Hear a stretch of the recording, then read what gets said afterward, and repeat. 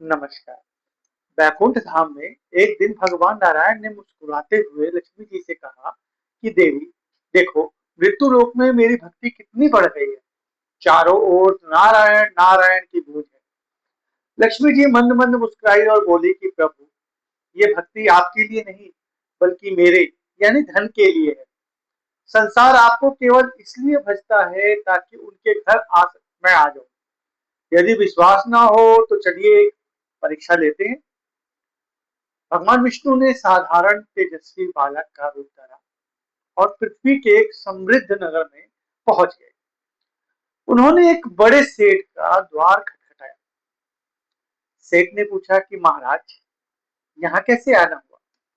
ब्राह्मण रूपी नारायण बोले, मैं तुम्हारे नगर में प्रभु की कथा करना चाहता हूँ। सेठ ने बड़े सम्मान के साथ उन्हें अपने घर में स्थान दिया और भव्य कथा का आयोजन शुरू हुआ।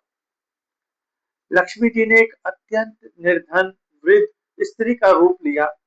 वे उसी नगर की गलियों में घूमने लगे। एक दिन घर के सामने रुक करके उन्होंने पानी मांगा और जैसे ही उस सेठ ने घर की महिला को पानी दिया और महिला ने जो है पानी पी करके लोटा वापस किया तो वो लोटा अब शुद्ध सोने का हो गया। ये खबर बिजली की तरह पूरे नगर में फैल गई। लोग कहने लगे कि एक ऐसी माता आई है जिनके स्पर्श मात्र से लोहा और पीतल सोना बन जाता है। अगले दिन नारायण की कथा में सन्नाटा छा गया। जो लोग अभी तक नारायण नारायण का जाप कर रहे थे, वे सब उस बूढ़ी माई लक्ष्मी जी के पीछे भागने लगे।